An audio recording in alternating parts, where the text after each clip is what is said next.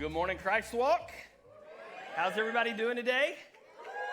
Man, you guys sounded awesome during worship. I mean, my goodness, give yourselves a hand. That was incredible.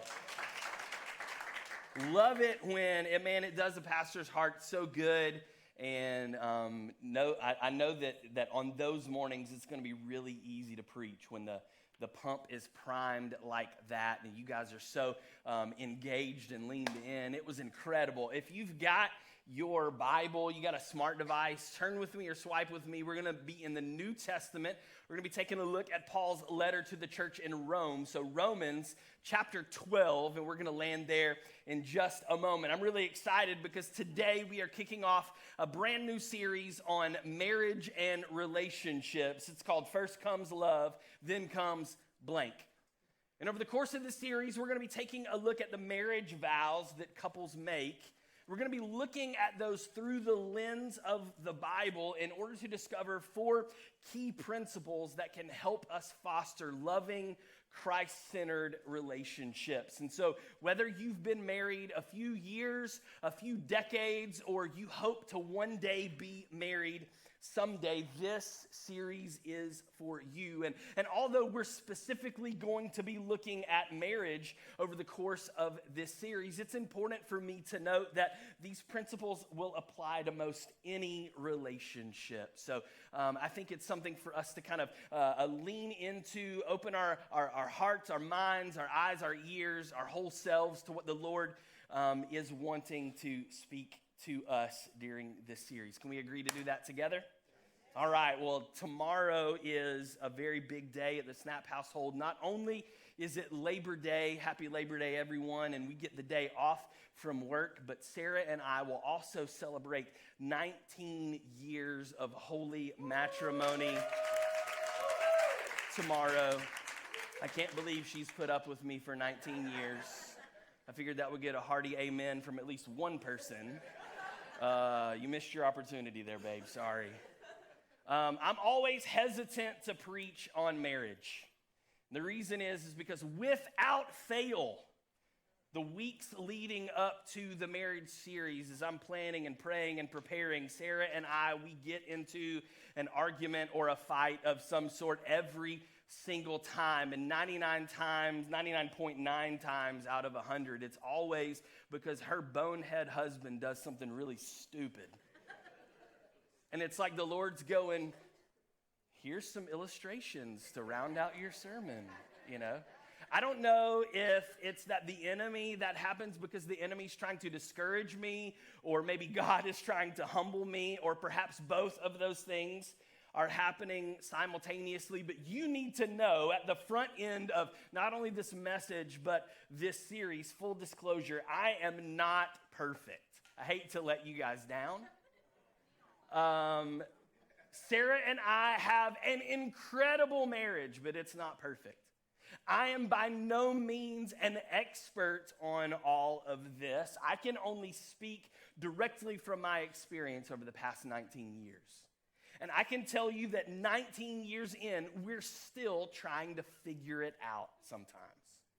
And so what I'm going to promise to do over the course of this series is I'm not just going to tell you what I think. I'm not just going to speak only from my perspective, only things that are based on my experience, but we're also going to look at the scriptures. And we're going to take a look at this based on what God says in his word. Amen? Amen. Now, many of you might remember that rhyme from when we were kids. It's kind of where we pulled the message title or the series title from. When we were kids, we would say things like Blake and Sarah sitting in a tree. Kissing. First comes love, then comes marriage, then comes a baby in a baby carriage, right? We would say those things. I still, for the life of me, cannot figure out why in the world were we sitting in a tree? Who sits in a tree? I don't know. The rest of it makes sense to me. I can't figure out why we're sitting in a tree. But the rhyme, like, it just, then comes marriage, like, that's all that we get, right? It's like, we just gloss over that. first comes love, then comes marriage, then we're on to the next thing. It's like there's way more to unpack there. That rhyme just makes it as if it's merely a stepping stone to having children. But it's something so much more than that. And so I really, like, for these next 4 weeks, I want us to really kind of drill down into that then comes marriage part. Let's unpack and dissect that a little bit. 19 years ago, it's hard to think back to that moment. And even in my mind's eye, sometimes I struggle to remember exactly what it was like. I remember moments about that day, but we stood in front of a small crowd at Gate City United Methodist Church in Gate City, Virginia. And I looked Sarah in her eyes and I said, "I take you to be my wife." And she looked at me and she said, "I take you to be my husband." And while I cannot speak for her, I will say that in that moment, I was totally unaware of the fullness and the heaviness of the words that I was speaking. But we were making an endeavor together and we were declaring our vows to one another. And a vow is, simply put, it's a commitment, right? And those vows, they're not just formal and flowery words that we say during a wedding ceremony. But rather, when we say, "I take you to be my spouse," when we take someone to be our spouse, it's so that we can give back to them, not take away from them. And so there's a key word that comes along with that. And every single week of this series, we're going to kind of focus in on a key word. First comes love, then comes blank. And our key word for today is the word sacrifice. So I know you're all so glad you showed up this morning for us to talk about sacrifice. First comes love, then comes sacrifice. All the men in the room were hoping it was going to be another word that starts with S. Some of y'all will get that on the drive home. It'll be okay.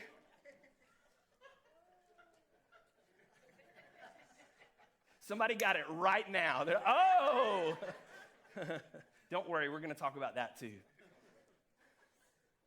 But why sacrifice? Why first comes love, then comes sacrifice? Why can't it be something else? Why can't we start with something that's a little more fun, a little more enjoyable, a little more lighthearted? Why is sacrifice the way? Well, simply put, it's because it's the example that Jesus set for us. And see, our marriages, they were designed to mirror the relationship between Christ and his church. And that is a tall order for you and me to live up to. But the good news is that Paul, he gives us a bit of a how-to go about this in Romans chapter 12, where hopefully you've turned or swiped by now. And the letter that Paul wrote to the church in Rome, the first part of that letter is largely doctrinal.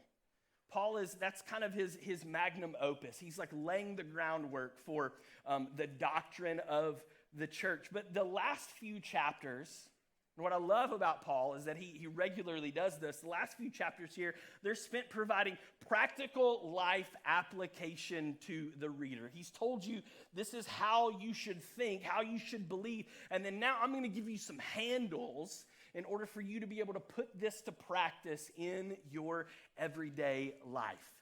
And so we pick up Romans chapter 12, beginning in verse 1. I'm reading out of the New Living Translation. And Paul writes, "And so, dear brothers and sisters, I plead with you to give your bodies to God because of all he has done for you. Let them be a living and holy sacrifice, the kind that he will find acceptable. This is truly the way to worship him. Don't copy the behavior and customs of this world, but let God transform you into a new person by changing the way you think. Then you will learn to know God's will for you, which is good and pleasing and perfect." Verse 3, "Because of the privilege and authority that God has given me, I give each of you this warning. Don't think you are better than you really are. Be honest in your evaluation of yourselves, measuring yourselves by the faith God has given us. Just as our bodies have many parts and each part has a special function, so it is with Christ's body. We are many parts of one body, and we all belong to each other. Verse 6, in his grace, God has given us different gifts for doing certain things well. So if God has given you the ability to prophesy, then speak out with as much faith as God has given you. If your gift is serving others, serve them well. If you're a teacher, teach well. If your gift is to encourage others, be encouraging. If it is giving, give generously. If God has given you leadership ability, then take that responsibility seriously. And if you have a gift for showing kindness to others, do it gladly. Verse 9, don't just pretend to love others. Really love them. Hate what is wrong, hold tightly to what is good, love each other with genuine affection, and take delight in honoring each other. Now, wait a minute. Pastor Blake, that doesn't say anything about marriage in that whole discourse there. What does that have to do with my marriage? What does that have to do with my relationship? I'm so glad that you asked. For the next few minutes, if you're taking notes, we're going to talk about 5 guidelines regarding a commitment to sacrifice. 5 guidelines regarding a commitment to sacrifice. And I hope by the end of this message, you'll see how that applies directly to your marriage and to your relationships. We begin with number 1, make a commitment to sacrifice. Make a commitment to sacrifice. If we are going to sacrifice, then we have to make a commitment to do so. Paul tells us in Romans 12:1, he says, and so, dear brothers and sisters, I plead with you to give your bodies to God because of all he has done for you. Let them be a living and holy sacrifice, the kind that he will find acceptable, for this is truly the way to worship him. Now, Paul starts out there saying brothers and sisters. That clues us into the fact that he is speaking directly to believers in Jesus. He's speaking to Christians or Christ followers. And there's a great chance that either in this room or watching online today, that there's somebody that is not a Christ follower. You've yet to surrender your life to Jesus Christ. And if that's you, I'm so glad that you are here with us today. You need to know before we go any further that you're not being held accountable for this way of living, but make no mistake about it. I believe, as Paul is going to reveal to us, that whether we believe in Jesus or not, that this is hands down the best way to live and the best way to go about life and marriage is to follow these guidelines and instructions. And so Paul starts out, he says, brothers and sisters, he says, I plead with you. Or some translations, that's the New Living Translation says, I plead with you. Other translations use this word that we don't use anymore, but I think we need to bring it back. It says, I beseech you.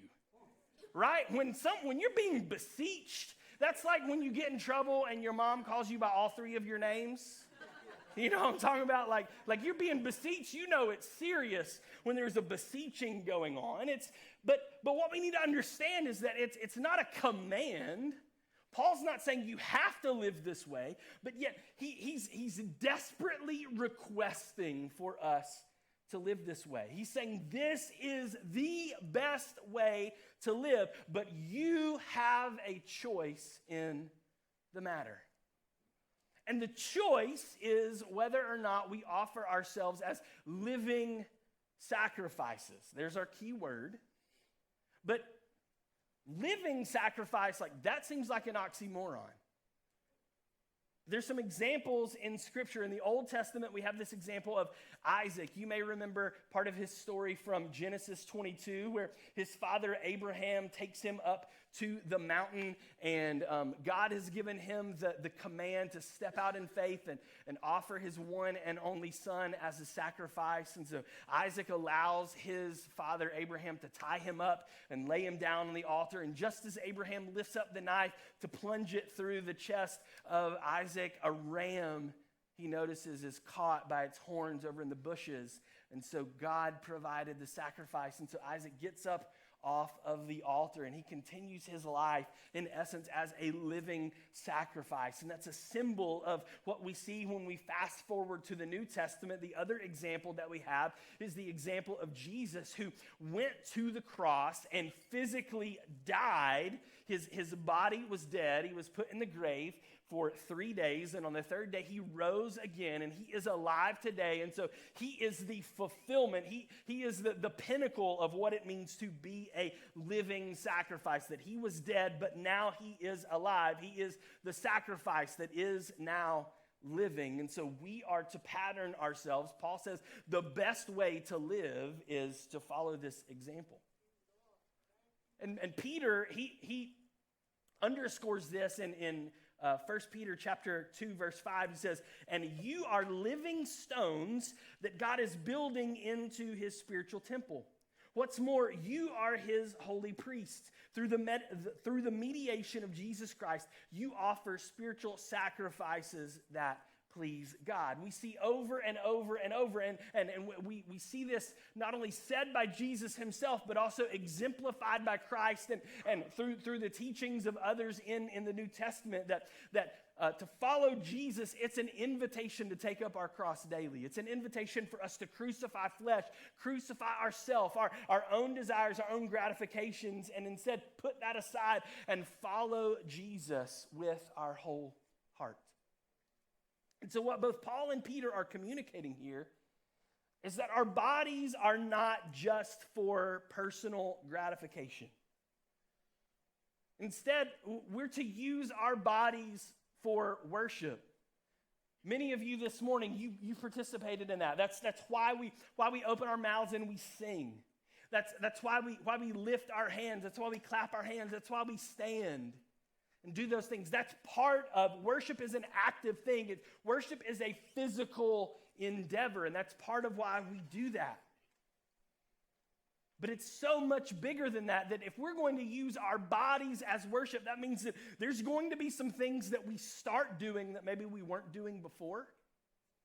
I can't think of too many instances where we all join together in a crowd of people and we sing songs and we raise our hands, right? Like, before Jesus, we probably really didn't do that all that much. Not only is there things that we're going to start doing, there's some things that we're also going to not do when we offer our bodies as living sacrifices. And so what Paul is saying specifically, he's saying we worship, we make this choice to worship God with our bodies as a result of his mercy to us. And to the audience and in the time that he was writing this letter, the pagan religions of that day, sacrifices would be offered in order to secure the mercy of the false gods that they worship. They wanted to get on their good side. But what Paul is pointing out here is that because of the work of Christ on the cross, it's not necessary for the Christian. God went first. He took the initiative by sending his son Jesus as the sacrificial lamb once and for all. That's why we're no longer bringing bulls and sheep and goats here to the temple for the priest to sacrifice on your behalf. But Paul says that since we no longer have to do that, instead of bulls and goats and sheep, now we have to sacrifice ourselves. That's the call that is being placed on our lives. And in the realm of Hebrew thought, which would have been Paul's direct audience that he's writing this letter to say the body, it would have been understood as one's whole self. In other words, it was this idea of going all in, that nothing was being held back. And so ultimately what Paul is saying here is that, do you want to honor God? Do you want to please him with your life? Do you want to truly worship him? Then surrender everything you are to him, including your physical body, because of the things that he has done for you. We're not just going to lean into the parts that we enjoy. We're not just going to lean into the parts that make us feel good, but we are going to choose to sacrifice even when it hurts, because this is the way that we truly honor and worship God with our bodies. We first make a commitment to sacrifice. Number two, we make that commitment, then we have to maintain a commitment to sacrifice. Verse 2 reads this way: don't copy the behavior and customs of this world, but let God transform you into a new person by changing the way you think. Then you will learn to know God's will for you, which is good and pleasing and perfect. This is how the world thinks in regard to their path toward marriage. The world says that we should play the field and then find someone that we kind of like and then start having sex with them. And then we're going to give them minimal commitment so we can stay connected to that person, but we can also play the field and keep our options open over here. And then maybe at some point down the road, we'll step our commitment up by moving in together so that we can share expenses and kind of take things for a bit of a test drive. Then we're going to go into debt for a huge ring so that we can get engaged. And then we're going to go into even bigger debt so that we can have one of those big weddings like we see on TV. And then we're going to get married, but we're really not going to change much. And we're always going to have an exit strategy in the back of our minds. Over time, we're going to drift apart. Eventually, we're going to get divorced. It's going to be expensive. It's going to be nasty. And then we're just going to end up repeating the process over again, beginning with step one. That's how the world says that we are to approach this. God has a different path. There's a lot of young people in this room today, a lot of unmarried people in this room today. If that's you, I'd encourage you to really kind of lean in right here. Here's God's path. God's path to marriage is to pray and grow in your relationship with Jesus. That's where it starts.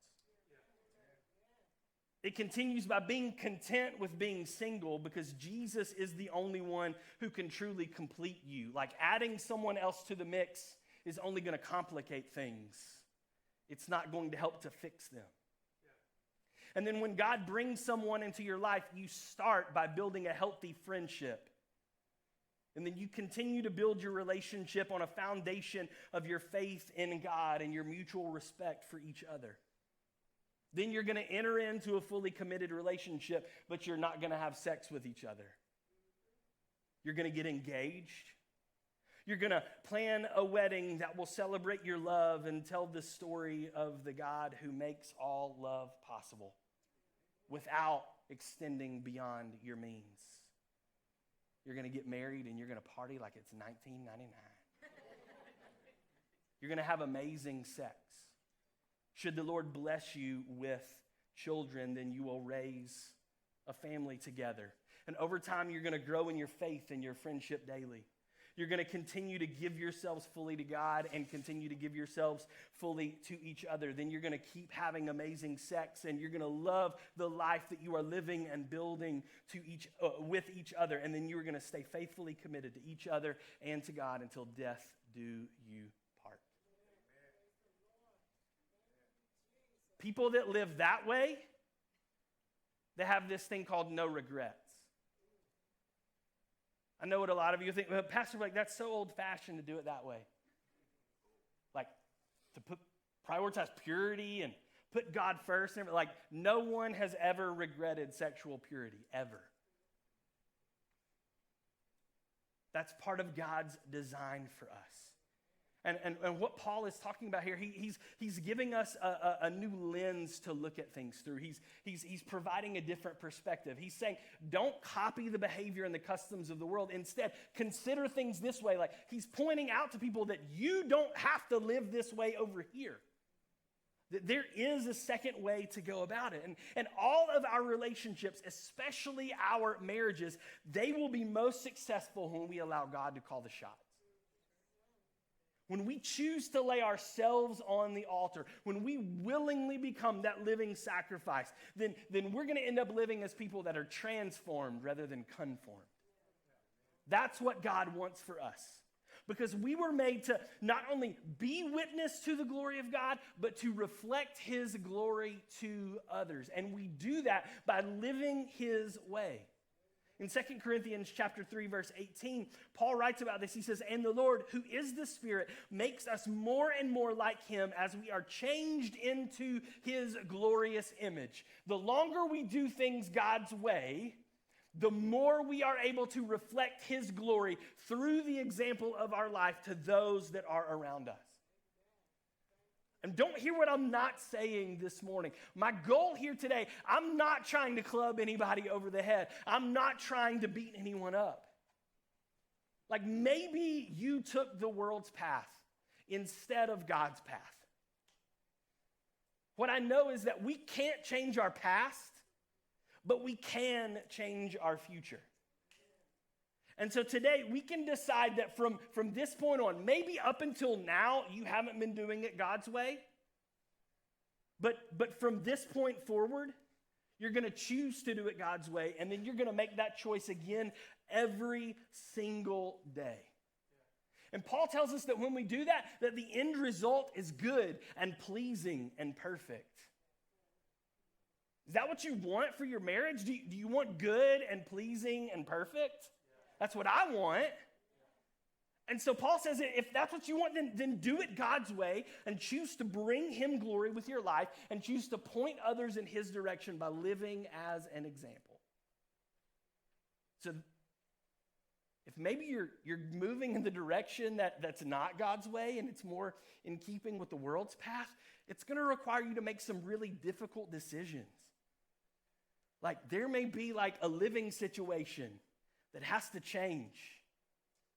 There may be like a physical relationship situation that has to change. But you and your spouse, your future spouse, that marriage, that relationship, the kids that are involved, everybody that is a part of that, they're all going to be better off because of it.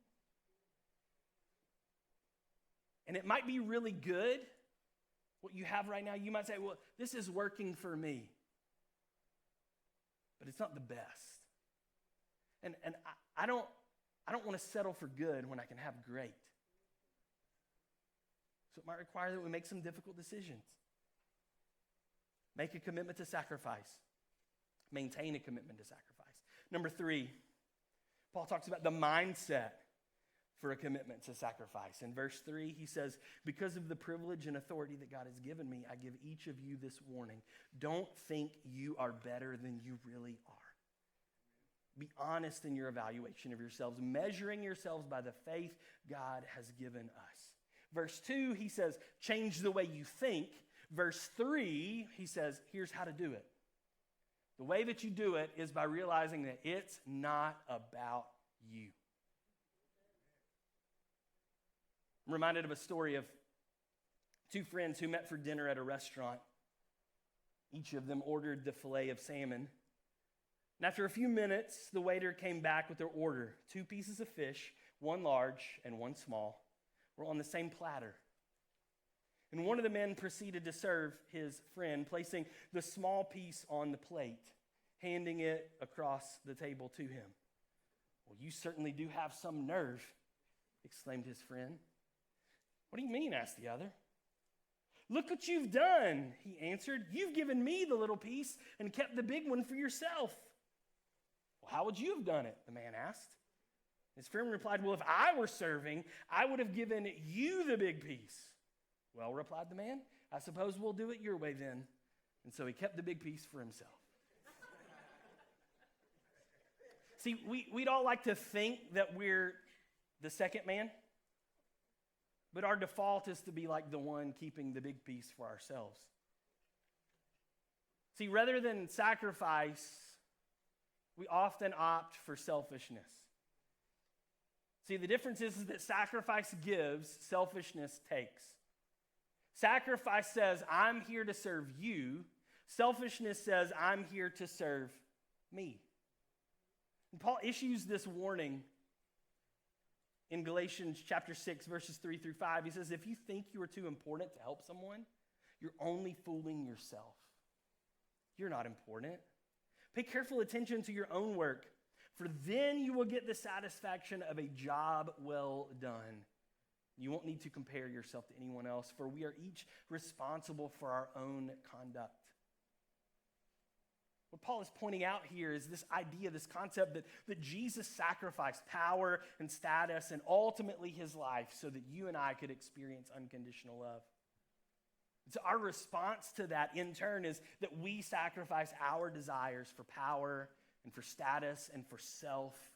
We sacrifice those things to him so that we can love others in the same way that he did. In our marriages and our relationship, we have to battle the Burger King mentality, this idea that we get to have it our way. That's not what marriage is all about.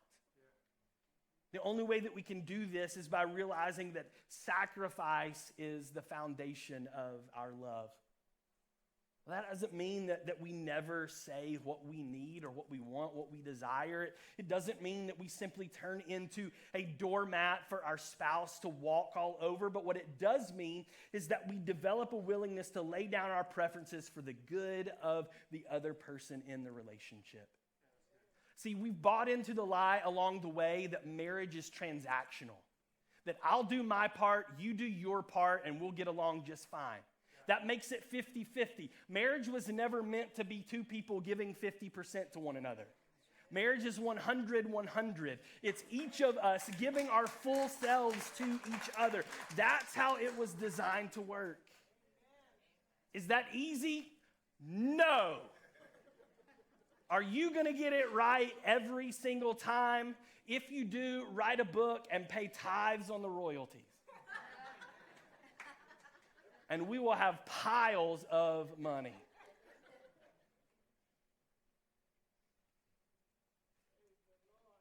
But it's not likely that that's going to happen. There's going to be seasons that we're going to face as married couples. There's going to be seasons, perhaps, when one of the people in the relationship, they're going to be battling a mental health struggle. And there's going to be some times where they're just going to have to have some space. There's going to be seasons where there's going to be financial strain in the relationship. And maybe that means that someone has to work extra hours or pick up more shifts or take on a second job. And so that's going to mean less time together. Or for those of you that have children, you're going to go through these seasons where there's going to be certain seasons where those kids, they're just going to demand more attention from you than they do at other times. And see, the truth is that love is really easy when everyone's at their best, right? When no one has bedhead and morning breath, love is simple. But what about when they're not at their best? What about when they're at their worst? Like, the question to ask is how can I be a living sacrifice in those moments? Because that's the vow that I made when I took them to be my husband, my wife. It's not withholding our love because our spouse isn't meeting our expectations in that moment. And for us to do this, we've got to recognize, empathize, and respond with God's heart towards our spouse's needs. What this is going to require is for us to think differently by putting them before ourselves. We say, but wait a minute, if I do that, then that means that I might not get what I want. Guess what? Let me remind you, it's not about you. You entered in this relationship for them, not for you. But the way that it would work is that over time is that as you put your spouse's needs first and they put your needs first, guess whose needs get met? Everyone's. That's how God designed it. But we get it backwards because we want to put our needs first, and they want to put their needs first, and then nobody's needs get met. Make a commitment to sacrifice. Maintain a commitment to sacrifice. Mindset for a commitment to sacrifice. Number 4, there's a method for a commitment to sacrifice. Paul gives us the method. Starting in verse 4, he says, just as our bodies have many parts and each part has a special function, so it is with Christ's body. We are many parts of one body and we all belong to each other. In his grace, God has given us different gifts for doing certain things well. And then he provides this list. So if God has given you this gift, then use it this way. In this moment right now, we have 113 shopping days left until Christmas. Some of y'all need to get on the stick. You haven't even thought about it yet. You still have Easter candy on your counter. Imagine, one of my favorite sights, like I can see it in my, like, is all the gifts under the tree on Christmas morning, right? It's one of the coolest things. I just love that moment with my family. But what if this Christmas, what if everybody gathered around with excitement and you said, all right, kids, you can only look at them, you can't open them. There would be like a revolt. Like those children would burn that house to the ground. Each one of those gifts, they represent sacrifice. They cost money to buy, or they took time to make. There was time invested in wrapping them and putting the bows and the tags and placing them, in the proper way, all of that stuff. But the only way that they can be of benefit is by being opened. Gifts were meant to be given.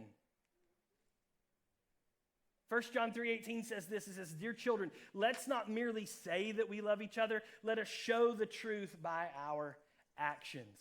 You need to realize this morning that you are a gift to your spouse. What if you began to view yourself that way? Like the purpose of a gift is to be given. That means that we've got to take action. And so you should consider, how can I give of myself to my spouse? God has given me a gift to give to my spouse. What does that look like? It's going to be different for everyone, but maybe for somebody it looks like cooking a meal. Or for someone else it looks like scrubbing a toilet. Or maybe your gift is watching the kids so that she can have a night out. Or your gift is letting him watch his favorite team play football. Or maybe your gift is to take her shopping, or maybe your gift is to initiate sex. The question to ask is, what do I have to offer that can benefit my spouse? And then whatever conclusion you come to, put it to use. Take action on it. Don't just tell them you love them, show them you love them. Because a gift was meant to be given. Make the commitment to sacrifice. Maintain commitment to sacrifice. Have the mindset for a commitment to sacrifice. Choose the method for a commitment to sacrifice. And then finally, Paul closes out this passage by giving us the model for a commitment to sacrifice. Verses 9 and 10, he says, don't just pretend to love others. Really love them. Hate what is wrong. Hold tightly to what is good. Love each other with genuine affection and take delight in honoring each other. We see a couple of our church core values on display here in this passage. That authenticity is our lifestyle. That our love for one another, for our spouse, it's not going to be, there's going to be no pretense. It's going to be fully genuine. It's not going to be based on what they've done for me. It's going to be, I love them just because. We see that the core value of honor is our calling, that we love them because God loved us first. And the admonition here is that Paul says that we are to hate what is wrong. In the English Standard Version, it says abhor what is evil. Like that's some strong language there. And at least one aspect of evil is having the ability to do good, but choosing not to do it. If I were to paraphrase Paul, it would be ultimately what he's saying is go out of your way to show love to others, particularly your spouse. In Psalm 97:10, we read this. It says, you who love the Lord, hate evil. He protects the lives of his godly people and rescues them from the power of the wicked. Do you want to protect your marriage from the onslaught of evil that is coming your way every single day? The way that we do that is we start by going out of our way to show genuine love to our spouse. Maybe you've heard of this. It's an older book by Gary Chapman. It's called The 5 Love Languages. The 5 love languages that, I'm going to save you some money. You don't have to buy the book. I'll just give you the Cliff's Notes version right here. Words of affirmation, acts of service, quality time, receiving gifts, physical touch. There's a free quiz. You can Google it. Just 5 love languages quiz. and you can learn what your love language is, what your spouse's love language is. And then the goal would be try to show them love in the way that they receive it. Like, if their love language is words of affirmation, don't buy them gifts. Right? Like, mine and Sarah's relationship, what you'll find is probably you're the exact opposite of your spouse. I'm a 10 out of 10 on physical touch, and Sarah's a negative 14.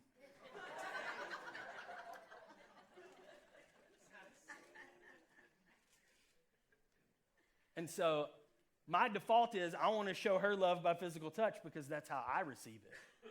She receives it in a different way. And when I show her love in the way that she receives it, it translates a lot better. Like stop trying to speak French when your spouse only understands English. Verse 10, and we're closing, Paul says, take delight in honoring each other. Take delight. That word delight, it means great pleasure. I don't know about you, but when I hear that, I think of Christian chicken, Chick-fil-A. I think of nuggets and waffle fries and sweet tea. And I think that every time somebody at Chick-fil-A serves you, what do they say? It's my pleasure. It's my pleasure. That's the attitude at Chick-fil-A. Is that the attitude in our home? Is that the attitude towards our spouse? Like, when we have an opportunity to serve our spouse, do we respond with a smile, with enthusiasm, with positivity? Or do we get huffing and eye-rolling and grumbling? Wives, when he asks you for sex, what's the response? And all the men are like, yeah. But I ain't letting you off the hook. Fellas, when she needs you to take out the trash or to change the diaper or to fold the laundry or to wash the dishes or to pull out the vacuum, what's the response? It's my pleasure. That's the response. See, protecting our marriages from the onslaught of evil, it starts right there. It's my pleasure to serve you, to meet your needs. It's my pleasure to put my thing to the side so that I can meet you where you're at. And ladies, your girlfriends in your coffee groups, they probably don't do this. And if you told them that this is how you live, they'd tell you you're crazy. Fellas, the guys in your fantasy football league, they're not living this way. And if they found out that this is the choice that you were making, they would say, you're just whipped. But my question is that for those not living like this, how's that working for you? How's that working for you? Because Paul says we have a choice. But he also says this is the best way to live. And so imagine with me, what might happen if you and I, what might happen if we chose to live like this? How might it change the connection that we have with our spouse?